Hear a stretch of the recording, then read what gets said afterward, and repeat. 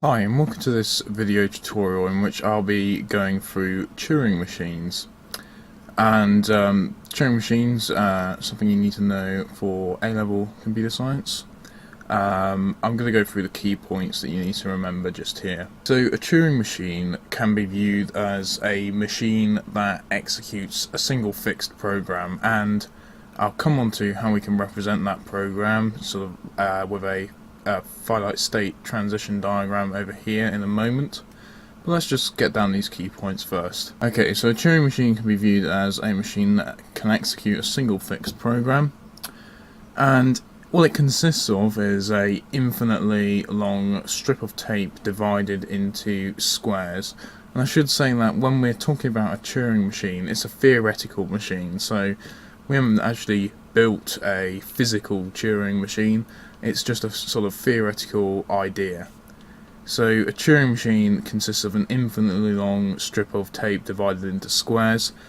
A bit like this one that I've got down here. This is for an example I'm going to do at the moment. And as you can see here, I've got this here. So to show that it's going to be infinitely long in this direction and infinitely long in this direction, we're only going to look at a small part of the tape. And it's also got a read-write head, which can read symbols on the tape and make decisions about what to do next based on the current square on the strip and its state. So if we see we've got different symbols on this strip here, this read-write head here, which is going to be used in my example in a minute, can move left and right based on, and write stuff to the strip based on what's on the strip and what state it's in at the moment. So these are our states here in this example of a finite state transition diagram. So let's just write those points down here. Okay, so well, read-write head there we've got down can make decisions about what to do next based on the input symbol on the tape. So in this case the input symbol would be 1, and the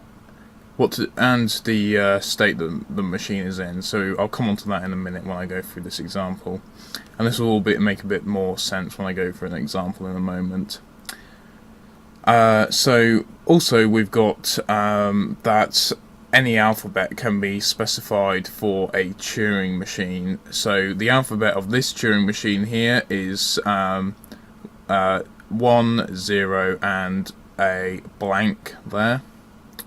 And that is just an example of an alphabet that a Turing machine could use. It could have any alphabet though. It could use A, B, and C. It wouldn't matter what alphabet you used. And also, a Turing machine must have at least one state, and it's known as the halting state. And this is the halting state, which I've labelled here for this Turing machine, and it's sort of signified by 2 rings instead of a single ring that the other states have got. And this is the state in which the machine halts for certain inputs. And this, what we've got here, is a finite state machine. You might recognise it from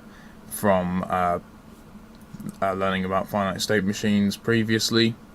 And this specifies the task to be performed by the Turing machine. And what we've got here is when the machine's in state 0, it can do these things. So this notation here this is the input symbol, the leftmost thing on these transitions.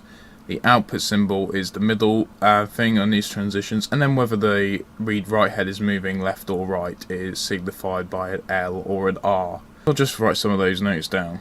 Okay, so those are the key points really that you need to remember generally about Turing machines. I'd give you a minute to pause the video and note those down, because I'm going to be clearing this off and going through transition functions and then an example with this Turing machine that we've got over here.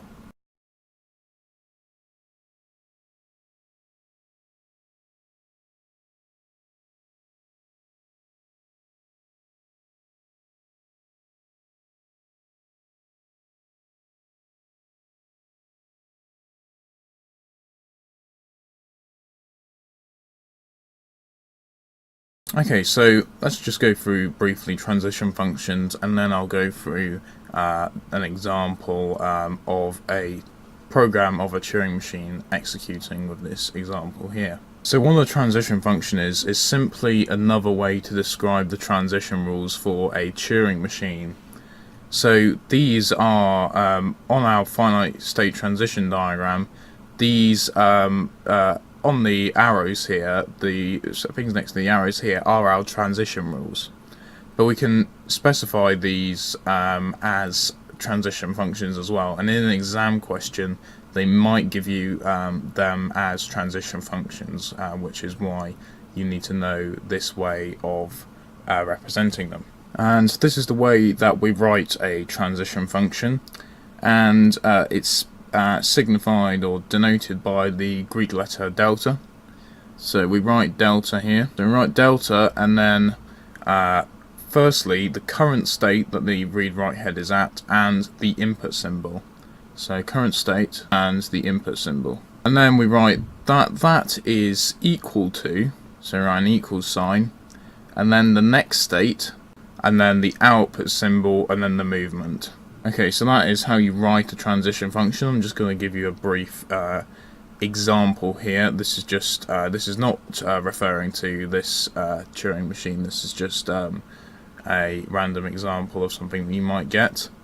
So this is the example. So we've got delta S2 1 equals S3 1R. So what this means is that if the current state of the machine is S2 and the input symbol is 1, then write 1 to the tape, so this is the output symbol, move right and change to state 3. Okay, so that's transition functions, and that's all you need to know about transition functions really. And this is just because in an exam they might not give you Turing machine in terms of a finite state transition diagram like this. They might give you it in terms of transition functions. Okay, so now I'm going to go through this example with this Turing machine. So we've got our infinitely long tape here and our read-write head, and what we're looking for is that we're at state 0, and we're looking for our input symbol is 1. So what rule from state 0, what transition rule has the input symbol 1? Well, it's going to be this one here. So it's our input symbol is 1, our output symbol is also 1, so we write out 1 to the tape, and then we move to the right. So I'm going to write the tape out here that we would get if we did that here on this Turing machine. So we've still got all of our symbols are still the same because our output was 1. So originally we were here in state 0. We're still going to be in state 0, but we've moved to the right. So we've moved to here. Our output symbol was 1, so that square on the tape is still 1, and we're still in state 0, but we've moved to the right. So now that this is the current state of the tape and the read and write head, we'll look at our state transition diagram again, and we see that we're going to be using the same transition rule. 1 is our input symbol, so we're going to output 1 and move right, and we're still going to be in state 0. So let me draw out the tape again. So because we've moved to the right from here, our read-write head is going to be here. We outputted 1 and we were originally here, so this is still going to be a 1 as I've drawn in here, but our read-write head is now going to be here. We're still in state 0 though. But now we've got to change because we've got a blank square as our input symbol here, and this means that we're transitioning to state 1, as we can see from our diagram here. So our transition is our input symbol is a blank square here. Our output symbol is a blank square, so this square on the tape is going to remain with the symbol blank square, and we're going to move to the left. So we're going to move back to here, but we're going to be in state 1. That's the change. So our machine was in this state, and our output symbol is a blank square, so this square on the tape remains the same. But we've moved to the left, so our read-write head is here, and we're in state 1. So if we look at state 1, what have we got? Our transition rule, our input symbol is 1, and the transition rule with the input symbol 1 is this one here. But notice that our output symbol is now 0, so we're going to write 0 to the tape here. And we're going to remain in state 1, but we're going to transition to the left. So because our output symbol is 0, then this square on the tape is going to have a 0 in it now. And our read-write head is transitioning to the left, so we're going to put it there, and it's still in state 1.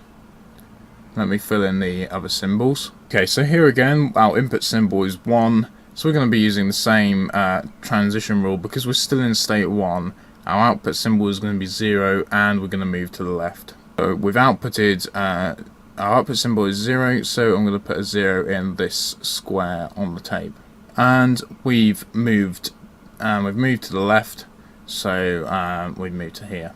And we're still in state 1. And the difference here, now we've got an input symbol of a blank, so we're going to be using this transition rule here, blank 1R, and we're going to be moving to state 2, and our output symbol is 1, and we're going to be moving to the right.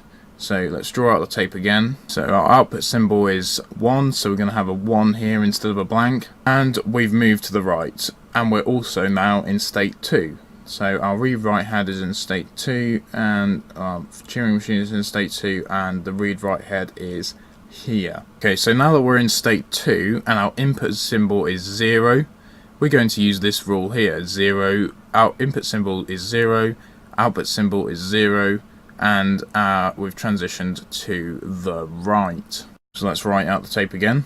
So our output symbol is 0 and our input symbol is 0, so this remains 0. And we've transitioned to the right, so we're there. Okay, and we're still in state 2, so we're going to use the same rule because our input symbol is 0 again. And as you can see, if we move to the right, our next input symbol is going to be blank, so we're coming to the end here of tracing this Turing machine's execution. Okay, so this is the state of my tape and read-write head right now. So I'm still in state 2. But now the rule that we're using is, because my input symbol is a blank, we're using this rule here. So blank, output of a blank, and we're moving to the left. Okay, so we're moving to the left, we're outputting a blank, so our halting state is going to be here. Okay, so that is how I trace the execution of a Turing machine. I'm just going to write in the number of steps that I did here. So it took 10 steps to trace that Turing machine. I hope you found this video useful, and thanks for watching.